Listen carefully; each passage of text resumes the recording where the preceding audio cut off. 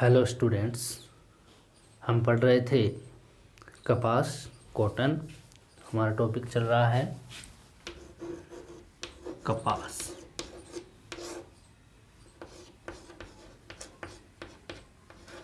Cotton, ठीक है।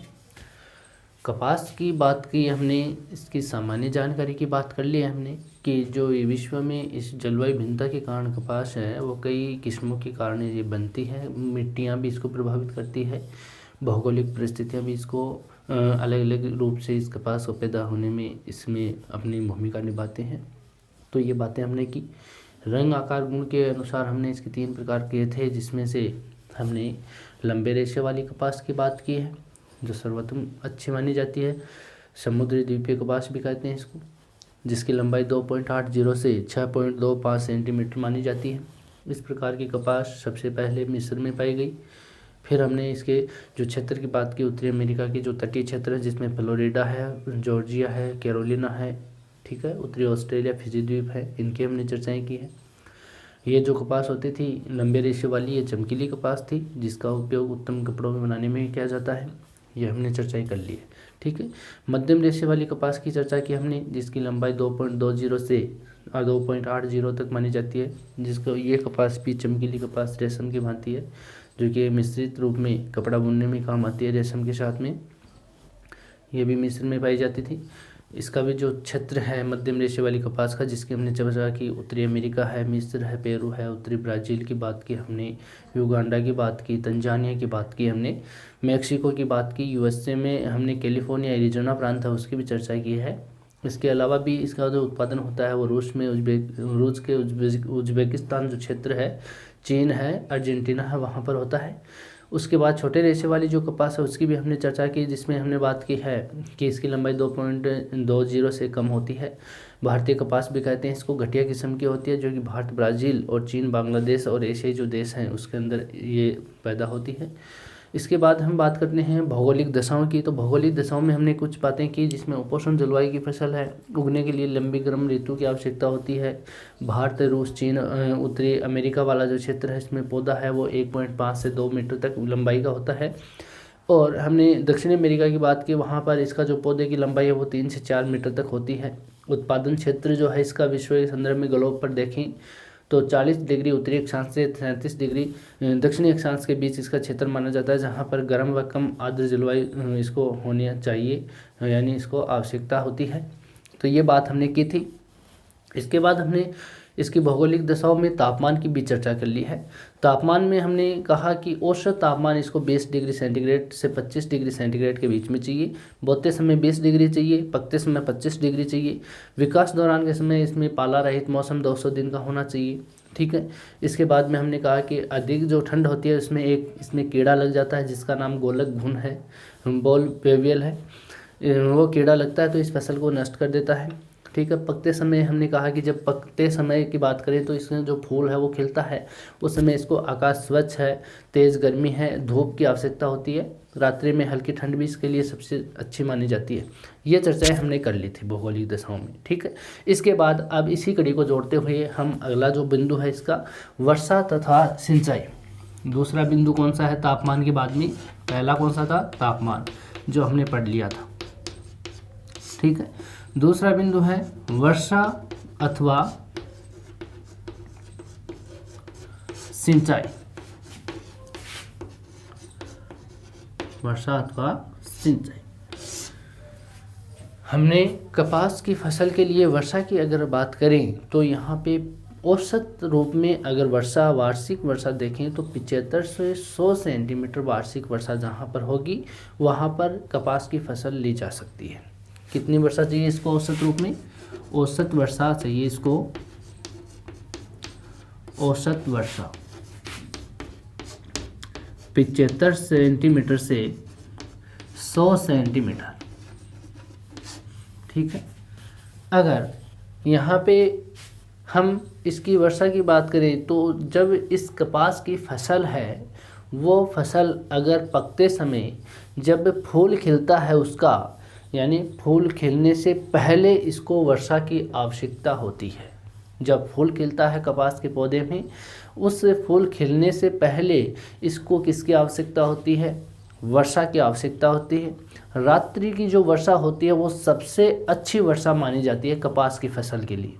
यानी फूल खिलने से पहले वर्षा होनी चाहिए, और वो वर्षा अगर रात्रि में होती है तो सबसे अच्छी मानी जाती है। अगर हम यूँ कहें कि किसी भी स्थान पे अगर 75 सेंटीमीटर से कम वर्षा है और बाकी सारी दशाएं जो होती हैं वो अनुकूल है कपास की फसल के लिए, तो वहाँ पर सिंचाई के माध्यम से भी इस फसल को लिया जा सकता है। स्वच्छ समुद्री जो वायु होती है इस फसल के लिए सबसे लाभदायक मानी जाती है। जो नमीयुक्त मौसम होता है समुद्र के तट के किनारे, वो स्वच्छ वायु जो समुद्री क्षेत्र से आने वाली जो वायु है जिसको जल समीर कहा जाता है, वो वायु सबसे उपयुक्त या सबसे लाभदायक फसल के लिए मानी जाती है। अतः हम कहते हैं कि जो उत्तम किस्म की जो कपास होती है, उत्तम किस्म की कपास हमेशा तटीय क्षेत्रों में ही उगाई जाती है, वहीं पर होती है। जहाँ वर्षा कम होने पर वहाँ सिंचाई से भी यहाँ पर कपास की फसल को लिया जा सकता है। ठीक है, जैसे हम बात करें तो रूस का जो स्टेपी क्षेत्र है, रूस का स्टेपी जो प्रदेश है वहाँ पर, और मध्य एशिया जो मरुभूमि है, मध्य एशिया में जो मरुस्थलीय जो क्षेत्र हैं उस भूमि में भी सिंचाई के द्वारा यहाँ पे कपास की कृषि ली जाती है। और रूस देखो विश्व में उत्पादन की दृष्टि से प्रमुख देश बना है। कपास के रूप में रूस विश्व का प्रमुख उत्पादक देश है। ठीक है, तो आप इस वर्षा के रूप में आप जानोगे, सिंचाई के रूप में हमने क्या बात की, औसत वर्षा कितनी चाहिए इसको? 75 से 100 सेंटीमीटर वार्षिक वर्षा चाहिए। फूल खिलने से पहले इसको वर्षा की आवश्यकता होती है। इसकी जो वर्षा होती है वो रात्रि में होगी तो लाभदायक होगी। अगर 75 सेंटीमीटर से कम वर्षा है तो वहाँ पे सिंचाई के माध्यम से भी कृषि की जा सकती है। ठीक है, स्वच्छ वायु जो होगी, जो समुद्री तटीय जो क्षेत्र है वहाँ पे स्वच्छ वायु है, समुद्री वायु, वो सबसे लाभदायक होती है इस फसल के लिए। उत्तम किस्म के जो तटीय क्षेत्र है वहाँ पे उपयुक्त यानी उत्तम किस्म की कपास उगाई जाती है तटीय क्षेत्रों में। फिर हम कहें कि जहाँ वर्षा कम है वहाँ सिंचाई से भी कृषि की जा सकती है। जैसे हम जहाँ पे वर्षा कम वाले जो क्षेत्र की बात करें तो रूस का क्षेत्र है, जो स्टेपी प्रदेश है, वहाँ पर इस फसल को लिया जाता है सिंचाई के माध्यम से। और मध्य एशियाई क्षेत्र में जो मरुस्थलीय भूमि है उसके अंदर भी सिंचाई से इस फसल को लिया जा सकता है। और रूस तो ऐसा देश है जो विश्व में प्रमुख उत्पादक देश है। ठीक है, कपास के रूप में वर्षा कम होती है इसके बावजूद भी। ठीक है, इसके बाद में हम बात करते हैं तीसरे क्रम में मिट्टी। किसकी बात करेंगे? मिट्टी। इसकी भौगोलिक दशाओं में मिट्टी की बात करें तो इस फसल के लिए समतल और सुप्रवाहित जो धरातल होता है और उपजाऊ जो मिट्टी होती है सबसे आवश्यकता होती है इसको। यानी समतल तो धरातल होना चाहिए, सुप्रवाहित यानी पानी का निकास होना चाहिए। ठीक है, और इस धरातल में अंदर हम बात करें तो धरातल के अंदर जो मिट्टी होगी वो उपजाऊपन लिए हुई होगी। अगर काली मिट्टी है, लावायुक्त जो काली मिट्टी है, वो सबसे उपयुक्त मिट्टी मानी जाती है कपास की फसल के लिए। कौन सी? लावायुक्त काली मिट्टी। लावायुक्त जो काली मिट्टी होती है, लावायुक्त यानी ज्वालामुखी से द्वारा जो लावा निकला था और वो पठारी क्षेत्र बन गया है, उसके ऊपर जो मिट्टी का निर्माण हुआ है काली मिट्टी का, रेगूर मिट्टी जिसको बोलते हैं, चरनोजम जिसको बोलते हैं, स्वतः जुताई की जो मिट्टी होती है वो सबसे उपयुक्त इसलिए होती है क्योंकि उसके अंदर आर्द्रता धारण करने की क्षमता सबसे ज़्यादा होती है, इसलिए उस मिट्टी को यहाँ पे सबसे उपयुक्त मिट्टी मानी गई है कपास की फसल के लिए। ठीक है, इस कपास की फसल के लिए जो खाद है, उर्वरक हैं, उसका जो प्रयोग है वो अति आवश्यक है। ये फसल जो है, ये इसका जो पौधा होता है वो अधिक पोषक तत्वों को मिट्टी से खींच लेता है, इसलिए उस मिट्टी के अंदर हमें खाद भी डालनी पड़ती है। उर्वरक जो रासायनिक उर्वरक खाद होती हैं जिसमें अमोनियम फास्फेट है, जिसके अंदर सुपर फास्फेट है, जिसके अंदर यूरिया है, इस प्रकार के जो उर्वरक हैं उनके अंदर हम इसके अंदर डाल करके इस मिट्टी को उपजाऊपन के रूप में बनाते हैं। ठीक है, जैसे हम खाद के रूप में किसकी यूज करते हैं? उर्वरकों में तो हमने कह दिया कि अमोनियम सल्फेट हो गया, सुपर फास्फेट हो गया, यूरिया हो गई, ये तो उर्वरक हो गए। खाद के रूप में हम हड्डी की खाद को सबसे ज़्यादा काम में लेते हैं। जो हड्डी की खाद होती है, पशुओं की जो हड्डियां होती हैं उसके चूर्ण के द्वारा जो खाद बनती है वो सबसे उपयुक्त खाद मानी जाती है। खली की जो खाद होती है जो तूड़ी की खाद होती है वो भी होती है, और गोबर की खाद, ये जो खाद के रूप में इस मिट्टी में उपयुक्त करते हैं तो कपास के लिए सबसे उपयुक्त खाद के रूप में मानी जाती है। यानी इस मिट्टी में ये जो पौधा है कपास का, इस मिट्टी से पोषक तत्वों को खींच लेता है। उसकी पूर्ति करने के लिए, उस मिट्टी को पुनः उर्वरक बनाने के लिए, उपजाऊ बनाने के लिए हमें क्या करना पड़ता है, खाद और उर्वरक का प्रयोग करना पड़ता है। और खाद के रूप में हमने क्या कहा, हड्डी की खाद है, खल्ली की खाद है, गोबर की जो खाद है, ठीक है। और उसके बाद में जो हमने चर्चा की उर्वरक के रूप में अमोनियम फास्फेट है, अमोनियम सल्फेट है, ठीक है, और सुपर फास्फेट है, यूरिया है। तो इसकी चर्चा हम करते हैं उर्वरकों में। तो इस प्रकार की जो मिट्टी है उसके अंदर लावायुक्त जो काली मिट्टी है उसमें कपास की कृषि सबसे ज़्यादा होती है, ठीक है। इसके बाद में हम बात करते हैं मिट्टी के बाद में जो धरातल है, धरातल की हमने चर्चाएं कर ली मिट्टी के साथ में, और सस्ते श्रमिक की बात कर लेते हैं, ठीक है। मिट्टी के साथ में हमने धरातल की चर्चा कर ली कि समतल धरातल चाहिए इसको, ठीक है, सुप्रवाहित धरातल की आवश्यकता होती है। फिर हम बात करते हैं श्रमिक की, सस्ते श्रमिक। इसको सस्ते श्रमिक की आवश्यकता क्यों होती है, क्योंकि इसके जो फूल खिलते हैं उनको तोड़ने या उनको चुनने के लिए किसकी आवश्यकता होती है, श्रमिकों की आवश्यकता होती है। अगर हम यूएसए की बात करें, हम रूस की बात करें, तो वहाँ तो मशीनों द्वारा भी ये जो कार्य किया जाने लगा है, ठीक है। इसकी जो कृषि होती है वो मशीनों के द्वारा की जाती है। कहाँ पर, यूएसए, संयुक्त राज्य अमेरिका में है, रूस में है। लेकिन अभी भी अधिकतर जो देश हैं वहाँ पर इसका जो कार्य है, कृषि कार्य है या कपास का जो फूल चुनने का जो कार्य है वो श्रमिकों के द्वारा ही किया जाता है। इसलिए इस फसल को अधिकतर यहाँ पे चाहिए तो सस्ते श्रमिकों की आवश्यकता होती है, ठीक है। तो ये तो भौगोलिक कंडीशन थी इनकी। हमने क्या क्या बात की भौगोलिक दशाओं के अंदर, एक तो हमने की तापमान की बात की, इसको कितना तापमान चाहिए, तो इसको औसत रूप में 20 से 25 डिग्री सेंटीग्रेड तापमान, बोते समय 20 डिग्री, पकते समय 25 से 30 डिग्री सेंटीग्रेड इसको तापमान की आवश्यकता होती है। वर्षा की चर्चा की तो वर्षा इसको 75 से 100 सेंटीमीटर वार्षिक वर्षा की आवश्यकता होती है, ठीक है। अगर कम वर्षा आ तो वहाँ पे सिंचाई की द्वारा भी इसको लिया जा सकता है, इसका फसल को लिया जा सकता है। फिर हम मिट्टी की चर्चा की, धरातल की बात की तो लावायुक्त जो काली मिट्टी होती है वो सबसे उपयुक्त मिट्टी होती है इसके लिए, समतल धरातल इसके लिए सबसे उपयुक्त माना जाता है। फिर हम सस्ते श्रमिकों की बात की तो यहाँ पे जो फूल चुनने का जो कार्य होता है वो सस्ते श्रमिकों के माध्यम से ही संभव हो पाता है, ठीक है। तो इसके बाद में हम भौगोलिक दशाओं के बाद में अब पढ़ेंगे विश्व में जो कपास है इसका विश्व में उत्पादन, ठीक है। ये अपना इसका नया बिंदु है, ठीक है। इसकी भौगोलिक दशाएं हमने देख ली है कपास की। इसके बाद में हम पढ़ेंगे इसमें कपास का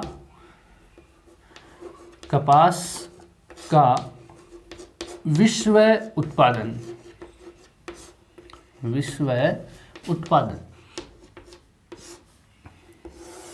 ठीक है।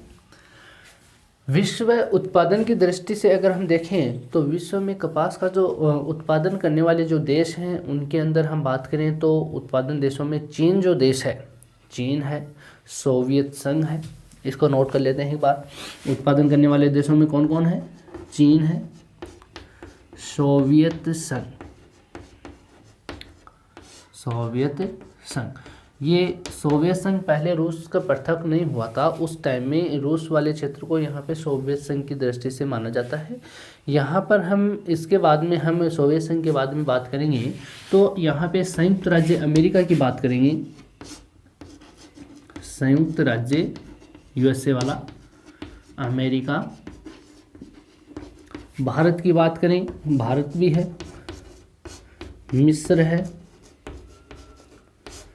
मिस्र को आज के टाइम में जो देश मिस्र है इसका अब जो नाम है वो है इजिप्ट। कौन सा देश है, इजिप्ट है, ठीक है। तो यहाँ पे मिस्र को क्या बोलते हैं, इजिप्ट बोलते हैं, ठीक। यहाँ पे ब्राज़ील है, ब्राज़ील देश है, उसके अंदर भी कपास का उत्पादन किया जाता है, ठीक है। पाकिस्तान है,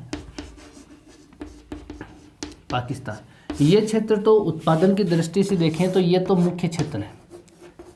इनके अलावा भी कुछ क्षेत्र हैं जहाँ पर उत्पादन किया जाता है। इनके अलावा कौन कौन से क्षेत्र हैं जिसे हम बात करें तो यहाँ पे पश्चिमी जो द्वीप समूह है, पश्चिमी द्वीप समूह जो कैरिबियन सागर के अंदर पश्चिमी द्वीप समूह है उसके अंदर भी कपास की खेती ली जाती है। इटली की भूमि है इसके अंदर भी ली जाती है। दक्षिण अफ्रीका है वहाँ पर भी इसकी कृषि की जाती है, ठीक है।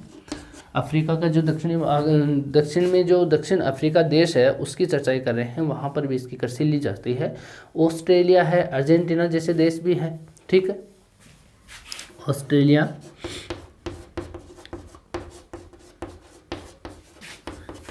अर्जेंटीना है, और पेरू में भी उत्पन्न होता है कपास, पेरू में भी, ठीक है। तो इस क्षेत्रों के रूप में हम कह सकते हैं कि यहाँ पर इन क्षेत्रों में कपास का उत्पादन किया जाता है। कौन कौन से हैं? विश्व के संदर्भ में जो उत्पादक देशों के रूप में माने तो चीन, सोवियत संघ, यूएसए, भारत, मिस्र, ब्राज़ील, पाकिस्तान, ये देश तो हैं मुख्य। यानी इन देश के अंदर तो सबसे ज़्यादा यहाँ पे कपास की कृषि की जाती है। जबकि अन्य देशों के रूप में देखें तो पश्चिमी द्वीप समूह जो है इसके अंदर भी की जाती है, इटली में भी की जाती है, दक्षिण अफ्रीका में भी की जाती है। यहाँ पे ऑस्ट्रेलिया, अर्जेंटीना और पेरू और अर्जेंटीना दक्षिण अमेरिका के देश हैं। इटली यूरोप का देश है, पश्चिमी द्वीप समूह कैरिबियन सागर में है, दक्षिण अफ्रीका अफ्रीका महाद्वीप में एक देश है, ठीक है। इनमें यहाँ पे देखें तो इस क्षेत्र में विश्व में इन देशों के अंदर जो उत्पादन है वो बढ़ता घटता रहता है, यानी स्थिर नहीं रहता, कभी बढ़ जाता है कभी घट जाता है, ठीक है। ये तो देश हो गए कौन से, ये विश्व के संदर्भ में। अब बात करते हैं हम जो प्रति हेक्टेयर उपज की बात करें कि विश्व के अंदर प्रति हेक्टेयर जो उपज है, उपज वो किस प्रकार की है। यानी यहाँ पे बात करेंगे तो कपास की जो प्रति हेक्टेयर उपज में हम रूस की बात करें, किसकी बात करेंगे, रूस की। तो रूस का एक क्षेत्र है उज्बेकिस्तान। कौन सा क्षेत्र है रूस का, उज्बेकिस्तान। ये उज्बेकिस्तान सबसे अग्रणी माना जाता है, यानी प्रति हेक्टेयर उपज में सबसे अग्रणी देश कौन सा है, उज्बेकिस्तान है, जो पहले रूस का ही, सोवियत संघ का ही पार्ट था। जो इसका विभाजन हुआ उस समय ये जो देश बना था, कजाकिस्तान है, उज्बेकिस्तान है, तुर्कमेनिस्तान है, ये जो देश बने हुए हैं विभाजन के बाद में बने हैं, ठीक है। तो इसके अंदर हम रूस का उज्बेकिस्तान क्षेत्र भी अग्रणी देश है। इसके अलावा हम बात करें कपास के उत्पादन के लिए तो मिस्र जो देश है, मिस्र जो इजिप्ट बोलते हैं, सूडान है, सूडान अफ्रीका का ही एक देश है। वहाँ की जलवायु भी हम बात करें तो कपास के लिए बड़ी उपयुक्त जलवायु है। कहाँ की, एक तो मिस्र की और एक सूडान की, दोनों की जलवायु जो है कपास उत्पादन के लिए सबसे उपयुक्त जलवायु मानी जाती है। बहुत अच्छी जलवायु है वहाँ की, क्योंकि कपास को जो चाहिए जलवायु के रूप में, जैसा तापमान चाहिए, जैसी वर्षा चाहिए और जिस प्रकार का वहाँ पे वर्षा के रूप में मिट्टी चाहिए, तो मिट्टी भी वहाँ की इस प्रकार की हलवायु जो मिट्टी है। तो सूडान में यहाँ पे बड़ी उपयुक्त जलवायु मानी जाती है, जिसके कारण यहाँ पर कपास का उत्पादन हो जाता है। और बात करें अगर इन देशों की, अगर हम बात करेंगे तो इन देशों की तरह, या जैसे हम अमेरिका की बात करें तो अमेरिका में उर्वरकों का प्रयोग ज़्यादा होता है और मशीनों का प्रयोग ज़्यादा होता है, ठीक है। एक तो देश है अमेरिका, एक रूस है। वहाँ पर उर्वरक और जो खाद होते हैं, जो भी खाद होती है, मशीन होती हैं, उनका प्रयोग ज़्यादा किया जाता है, जिसके कारण वहाँ पे प्रति हेक्टेयर उत्पादन ज़्यादा है, ठीक है। जैसे हम रूस की बात करें तो रूस के अंदर हम बात करेंगे तो प्रति हेक्टेयर जो उपज होगी वो 132 किलोग्राम की है। यानी रूस की प्रति हेक्टेयर उपज, रूस की कितनी है, 132 किलोग्राम प्रति हेक्टेयर की उपज है। किसकी है, रूस की है। जबकि हम यूएसए की बात करेंगे तो यूएसए के अंदर जो उपज है वो 110 है। यूएसए की कितनी है, 110। अगर हम अन्य देशों की भी चर्चा करें तो अन्य देशों में अगर रूस और यूएसए जैसी अगर मशीनों का प्रयोग होने लग गया है या उर्वरकों का प्रयोग होने लग जाए तो यहाँ पर भी अधिक प्रति हेक्टेयर उपज प्राप्त की जा सकती है, ठीक है। तो ये बात हो गई प्रति हेक्टेयर उपज की कि रूस वाला जो क्षेत्र है वो ज़्यादा प्रति हेक्टेयर उपज प्राप्त करता है, जबकि यूएसए इससे कम करता है। तो सबसे प्रमुख अग्रणी जो देश है वो कौन है, रूस है। हमने पहले भी चर्चा की है कि रूस मुख्य उत्पादक क्षेत्र माना जाता है इस लंबे रेशे वाली कपास का, ठीक है। इसके बाद में हम बात करते हैं इसके प्रमुख क्षेत्रों की। क्षेत्र में हम देशों को लेके चलेंगे। सबसे पहले हम बात करेंगे चीन की, भारत की, यूएसए की, इनकी चर्चाएं करेंगे जिसमें कई देश आते हैं। तो हम एक एक देश को लेकर के इनकी बात कर लेते हैं।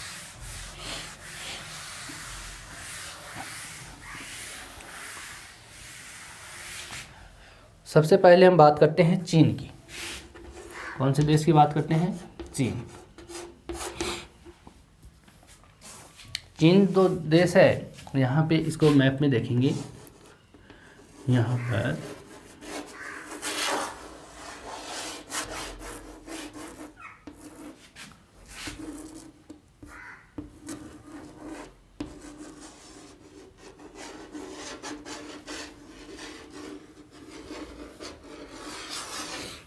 यहाँ पे ये कंडीशन तो भारत की है। कौन सी है? ये वाली इधर, ये तो कंडीशन भारत की है।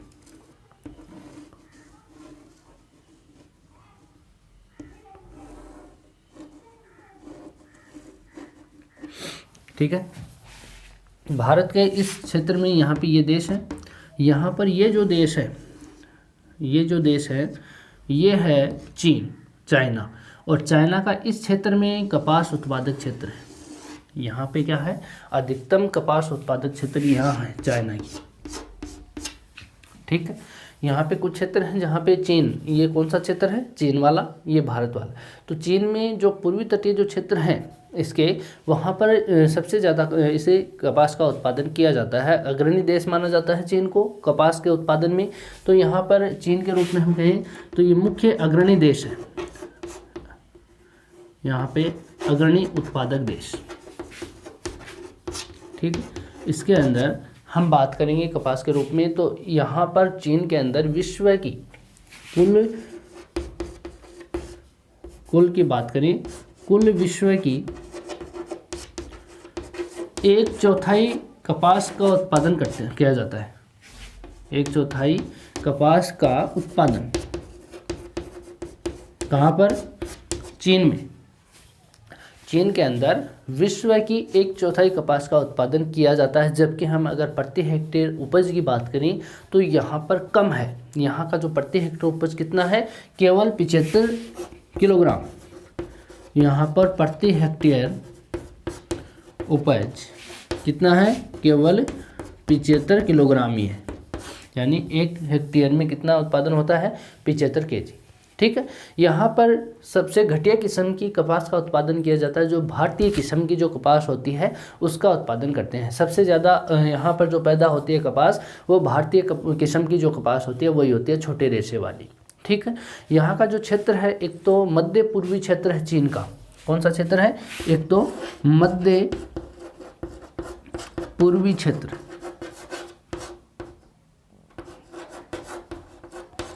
एक क्षेत्र तो कौन सा है इसका? मध्य पूर्वी क्षेत्र है, जिसके अंदर हम यहाँ बात कर सकते हैं यांगटीसी कियांग जो घाटी है। कौन सी घाटी है? यांगटीसी कियांग, यांगटीसी कियांग नदी घाटी। इसके अंदर क्षेत्र है हेंकाओ, हेंकाओ क्षेत्र। ठीक है, या यूं कह सकते हैं इस मध्य पूर्वी क्षेत्र में हेंकाओ क्षेत्र हो गया एक तो। कौन सा क्षेत्र है? हेंकाओ क्षेत्र। इसके अंदर कपास का उत्पादन किया जाता है। ठीक है, कॉटन का उत्पादन किया जाता है। अगर इसके बाद डेल्टाई क्षेत्र की बात करेंगे तो डेल्टाई क्षेत्र भी है इसमें, मध्य पूर्वी क्षेत्र में डेल्टाई क्षेत्र है। या बात करें तो यहाँ पे जो भूमि है समुद्र तटीय क्षेत्र की, समुद्र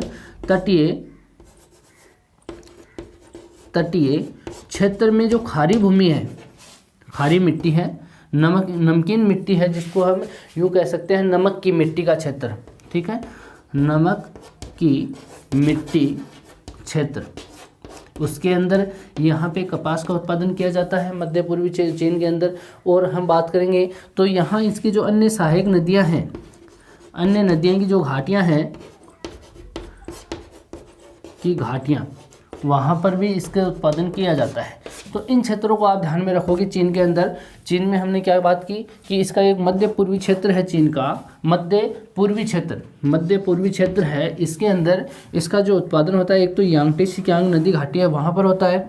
जहाँ पर क्षेत्र की बात करें यांगटीसी कियांग नदी घाटी में तो हेंकाओ क्षेत्र है, और इसका डेल्टाई क्षेत्र है सिक्यांग नदी का, यांगटीसी कियांग का वहाँ पर। और समुद्र तट के जो क्षेत्र है वहाँ पे पास में जो खारा पानी है, खारे पानी के कारण वहाँ की मिट्टी में लवणता मिल जाती है, जिसके कारण वो नमक जैसे क्षेत्र बन जाती है, जैसी मिट्टी बन जाती है, तो उसमें कपास का उत्पादन किया जाता है। और अन्य जो नदी की घाटियाँ हैं, यहाँ पर सहायक नदियों की घाटियाँ हैं, वहाँ पर भी यहाँ कपास का उत्पादन किया जाता है। ठीक है, चीन के अंदर दूसरा जो प्रमुख क्षेत्र माना जाता है वो माना जाता है हवांग हो। दूसरा क्षेत्र कौन सा है चीन का, यहाँ पे लिख लेते हैं। दूसरा क्षेत्र है हवांगो, हवांगो क्षेत्र। वह उसकी सहायक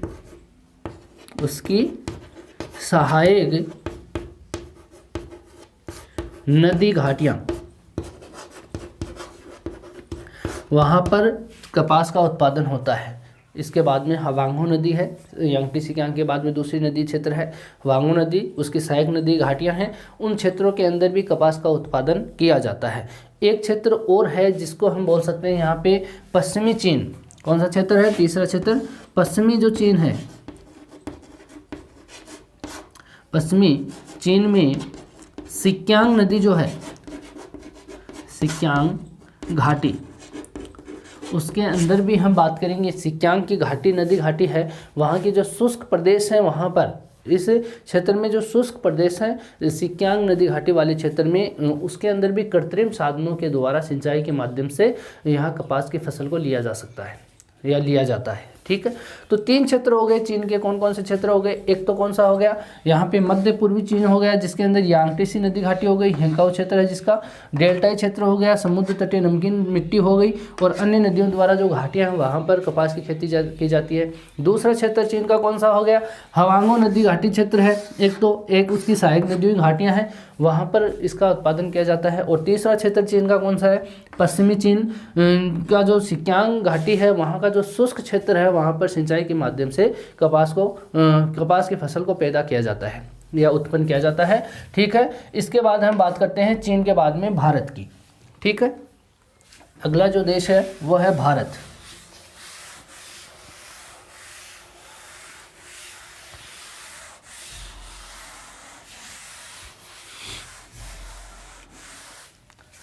दूसरा क्षेत्र है भारत।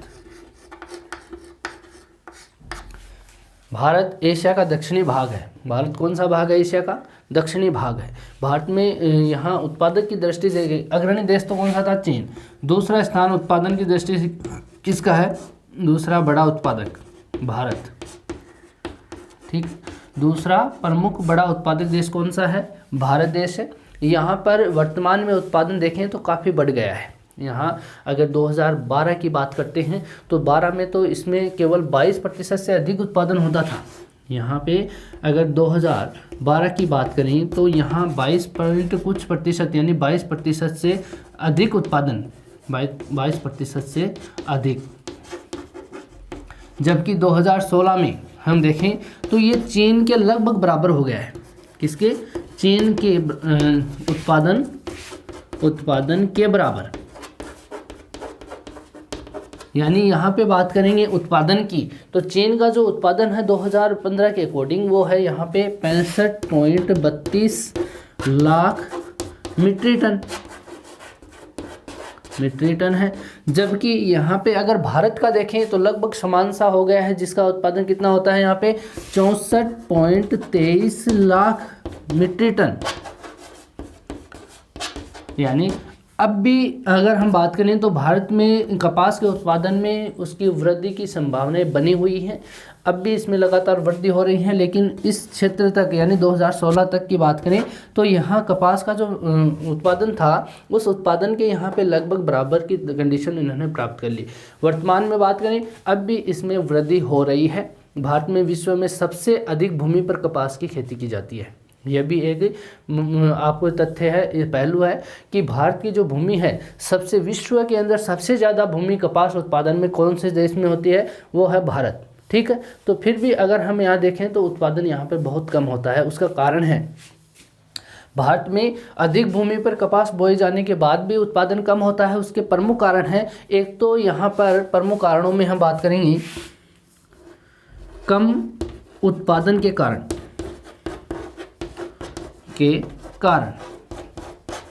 एक तो यहाँ पे खादों का व मशीनों का प्रयोग कम, यानी कम प्रयोग। ठीक है, एक पॉइंट तो ये हो गया। दूसरा पॉइंट देखें अगर इसमें तो जो सिंचाई की सुविधाएं हैं, जो भी सिंचाई सुविधाएं हैं उनमें कुछ कमियां हैं। यानी सिंचाई सुविधा में कमी, सिंचाई सुविधा में कमी। ठीक है, एक पॉइंट ये है। तीसरा प्रमुख कारण माना जाता है इसका, जो घटिया बीजों का ये उपयोग करते हैं। ठीक है, तो घटिया बीजों का बोया जाना तीसरा पॉइंट है इसका, कम उपज का घटिया बीजों का बोया जाना। ठीक है, तो 3 प्रमुख कारण माने जाते हैं। कौन कौन से? एक तो खादों और मशीनों का कम प्रयोग है। किसका प्रयोग कम है? एक तो खाद और मशीन कम प्रयोग में ली जाती है यहाँ की खेती में। ठीक है, दूसरी सिंचाई की जो सुविधाएं हैं, नहरों के द्वारा सिंचाई है या ट्यूबवेल है, कुएँ है, उनके द्वारा जो सिंचाई होती है उनकी भी कुछ कमियाँ हैं, कुछ कमी है, ज़्यादा नहीं, कुछ कमी है, जिसके कारण उत्पादन कम है। घटिया बीजों का प्रयोग यहाँ पे बोया जाना, यानी उसका प्रयोग ज़्यादा होता है, जिसके कारण यहाँ का उत्पादन कम रहता है। तो इसके बाद में हम बात करें कि जो भारत है, भारत के अंदर कुछ क्षेत्र हैं जहाँ पे इसका उत्पादन होता है, प्रति हेक्टेयर उपज कम है। ठीक है, जबकि भी हम यहाँ बात करें तो मिस्र जो है, मिस्र है, USA है, रूस है, यहाँ से उसके अंदर इन खादों और इनका प्रयोग करके वहाँ पर 3 गुना अधिक कपास का उत्पादन होता है प्रति हेक्टेयर क्षेत्र में। यहाँ पर भारत के कम उत्पादन होने के कम जो उपज होती है, प्रति हेक्टेयर जो उपज होती है, उससे 3 गुना अधिक कहाँ पर होती है? मिस्र में होती है, USA में होती है, रूस में होती है। 3 गुनी अधिक प्रति हेक्टेयर उपज अधिक होती है। ठीक है, इसके बाद हम इसके कुछ क्षेत्र देखते हैं भारत के अंदर। इसके जो क्षेत्र हैं उनकी चर्चा कर लेते हैं, जिनको हम 3 वर्गों में ही पढ़ेंगे। जिनको कितने वर्गों में पढ़ेंगे हम? 3 वर्गों में। ठीक है, वो क्षेत्र कौन कौन से हैं भारत के? तो क्षेत्रों में हम कह सकते हैं यहाँ पे महाराष्ट्र है। कौन सा है? महाराष्ट्र। महाराष्ट्र भारत के इस क्षेत्र में है। भारत में जो क्षेत्र है इसके उपज के, एक तो यहाँ पर है। ठीक है, एक क्षेत्र यहाँ पे है कपास उत्पादन में, और यहाँ का जो ये क्षेत्र है, गंगा सतलज वाला जो क्षेत्र है, यमुना का जो क्षेत्र है, इस क्षेत्र में सबसे ज़्यादा कपास का उत्पादन होता है। ठीक है, और यहाँ से जुड़ा हुआ जो पाकिस्तान वाला क्षेत्र है, आप इसी को देख सकते हो यहाँ पे, ये जो क्षेत्र है पाकिस्तान का, सिंधु नदी घाटी वाला, ये क्षेत्र भी इसका उत्पादन करता है। तो भारत में जो गंगा, यमुना और सतलज नदियों का जो क्षेत्र है, यहाँ पे कपास का अधिक उत्पादन किया जाता है। और भारत के इस मध्यवर्ती भाग में जहाँ महाराष्ट्र है, यहाँ पे क्षेत्रों के रूप में हम देखेंगे तो महाराष्ट्र है, मध्य प्रदेश है, यहाँ पे उत्तर प्रदेश भी है, पश्चिमी जो उत्तर प्रदेश है हम बात कर सकते हैं, गुजरात की बात कर सकते हैं, राजस्थान की भी बात कर सकते हैं। राजस्थान के अंदर भी कपास का उत्पादन किया जाता है, जो कि सतलज नदी है, वहाँ पर उसके द्वारा जो नहरी सिंचाई पद्धति के द्वारा यहाँ पे कपास उत्पादन लिया जाता है। ठीक है, तो क्षेत्रों के अंदर हम किस किस को लेंगे? यहाँ पे हम बात करते हैं महाराष्ट्र की, मध्य प्रदेश की बात करते हैं। ठीक है, यहाँ पे पश्चिमी उत्तर प्रदेश की भी बात करते हैं, पश्चिमी उत्तर प्रदेश। और बात करें यहाँ पे तो गुजरात की बात कर सकते हैं, गुजरात, राजस्थान, आंध्र प्रदेश,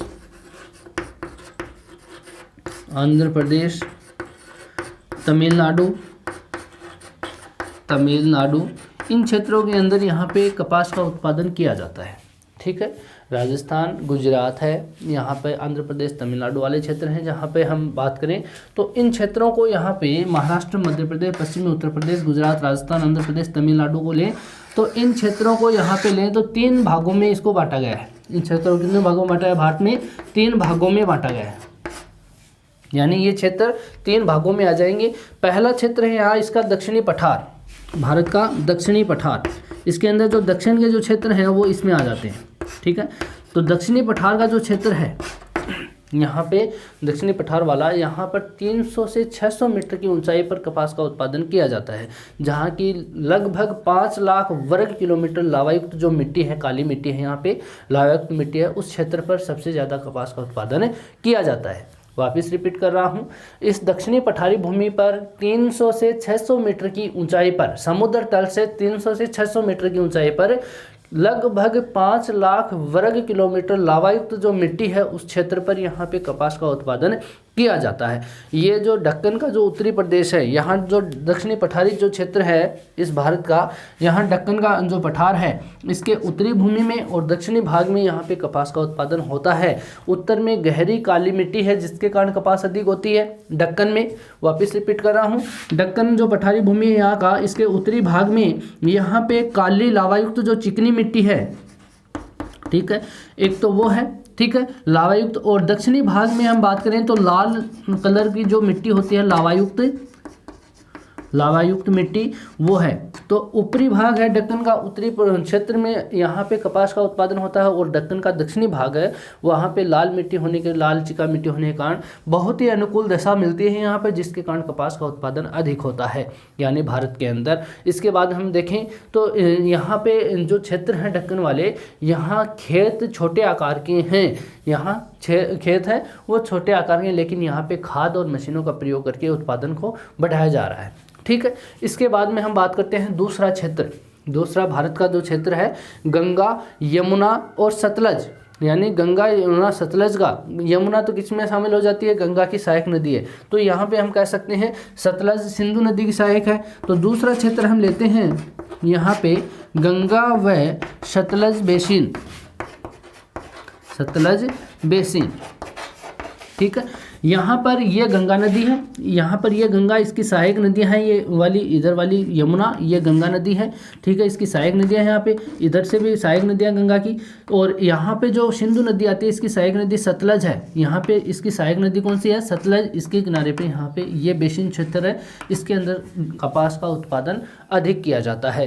तो इस क्षेत्र में हम बात करेंगे तो यहाँ पर जो नदियाँ हैं गंगा यमुना सतलज, इन नदियों के द्वारा या इनकी सहायक नदियों के द्वारा लाई गई जो उपजाऊ मिट्टी है, कांप मिट्टी है, इसके अंदर वो बिछाई जाती है, यानी यहाँ जो उपजाऊपन वाली मिट्टी है, कांप मिट्टी है, वो बिछ जाती है, जिसके कारण यहाँ पर कपास की कृषि को अनुकूल दशा प्राप्त हो जाती है, जिसके कारण यहाँ पे अधिकतम जो यहाँ कपास की कृषि की जाती है। कारण कि यहाँ पर इन नदियों के सहायक नदियों द्वारा जो नहरी तंत्र यहाँ फैला हुआ है, जिसके कारण यहाँ पे सिंचाई की सुविधा प्राप्त हो जाती है, जिससे हम यहाँ पे उर्वरकों का प्रयोग यहाँ पे आज इस कपास की फसल को ज़्यादा लेने के लिए बढ़ रहा है और यहाँ अनुकूल दशा है, जिसके कारण यहाँ पर बीजों को उन्नत बनाने के भी प्रयत्न किए जा रहे हैं, ठीक है। उर्वरकों का प्रयोग बीजों को उन्नत बना करके कपास का उत्पादन अधिक लिया जा रहा है, ठीक है। ये दूसरा क्षेत्र हो गया। तीसरा प्रमुख क्षेत्र है खंबात की खाड़ी क्षेत्र। तीसरा क्षेत्र कौन सा है, खंबात की खाड़ी क्षेत्र। ये क्षेत्र कहाँ पर है, खंबात की खाड़ी वाला, यहाँ पर ये जो भाग है भारत का, इस तटीय जो क्षेत्र है खंबात की खाड़ी वाला जो क्षेत्र है, यहाँ पर भी जो क्षेत्र है अहमदाबाद, गुजरात का क्षेत्र है अहमदाबाद, जो सूती वस्त्र उद्योग के लिए यहाँ पे प्रमुख क्षेत्र माना जाता है। जो सूती वस्त्र के लिए क्या चाहिए, रॉ मटेरियल के रूप में कपास की कृषि चाहिए, तो यहाँ पे जो अहमदाबाद है वो इस कपास की फसल के लिए ही प्रसिद्ध हुआ माना जाता है, क्योंकि अहमदाबाद में सूती वस्त्र का जो उद्योग है उसके विकास के कारण ये क्षेत्र है वो कपास उत्पादन में प्रसिद्ध है, ठीक है। तो यहाँ पे हम अहमदाबाद क्षेत्र को भी ले सकते हैं। तो इस क्षेत्र में कपास का उत्पादन किया जाता है, ठीक है। खंबात की खाड़ी वाले जो क्षेत्र हैं, आप इसको ध्यान में रखोगे। भारत के अंदर हमने क्या चर्चा की, दूसरा बड़ा प्रमुख उत्पादक देश है चीन के बाद में, क्षेत्र में महाराष्ट्र, मध्य प्रदेश, पश्चिम उत्तर प्रदेश, गुजरात, राजस्थान, आंध्र प्रदेश, तमिलनाडु है। इसको 3 भागों में बांटा इन क्षेत्रों को ही। दक्षिणी पठारी क्षेत्र है, दक्कन का पठार है, उत्तरी भूमि में दक्कन के उत्तरी भूमि में काली लावायुक्त मिट्टी है, दक्षिणी भाग में लाल लावायुक्त मिट्टी है। गंगा सतलज बेसिन में यहाँ पे इस क्षेत्र में इसकी सहायक नदियों द्वारा लाई गई बिछाई गई जो काम मिट्टी है, इसके कारण यहाँ कपास का उत्पादन अधिक होता है। और तीसरा जो क्षेत्र है खंबात की खाड़ी वाला क्षेत्र, यहाँ पर भी लावायुक्त मिट्टी पाई जाती है जो काली मिट्टी है, जिसके कारण वहाँ पे कपास का उत्पादन अधिक किया जाता है। ये बात हो गई आपकी कपास की चीन और भारत की, ठीक है। तीसरा प्रमुख क्षेत्र लेंगे हम यूएसए। कौन सा लेंगे, यूएसए, संयुक्त राज्य अमेरिका, जिसकी बात हम करेंगे नेक्स्ट वीडियो में। आज के लिए इतनी बातें, थैंक यू।